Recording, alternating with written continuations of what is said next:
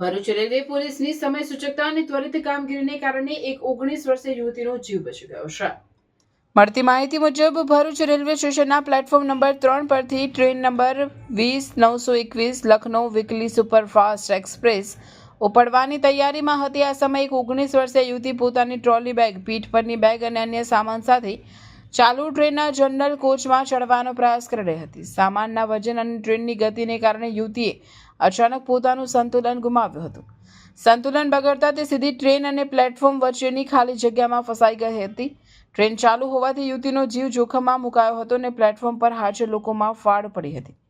આ ગંભીર દ્રશ્ય જોઈ પ્લેટફોર્મ પર હાજર ભરૂચ રેલવે પોલીસની ટીમ તાત્કાલિક દોડી આવી હતી। પોલીસ જવાનોએ અત્યંત સતર્કતા દાખવી યુવતીને ટ્રેન નીચે આવતા બચાવી લીધી હતી। રેલવે પોલીસ દ્વારા મિશન સેફ સ્ટેશન અંતર્ગત રેલવે ટ્રેનોને સ્ટેશન વિસ્તારમાં મુસાફરોની સુરક્ષા માટે સતત પેટ્રોલિંગ અને દેખરેખ રાખવામાં આવે છે। આ સમગ્ર કામગીરી રેલવે પોલીસના ઉચ્ચ અધિકારીઓના માર્ગદર્શન હેઠળ થાય છે।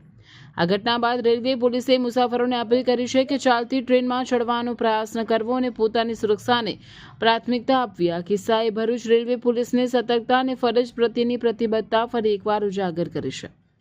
રિપોર્ટર રવિ સૈયદ, ભરૂચ।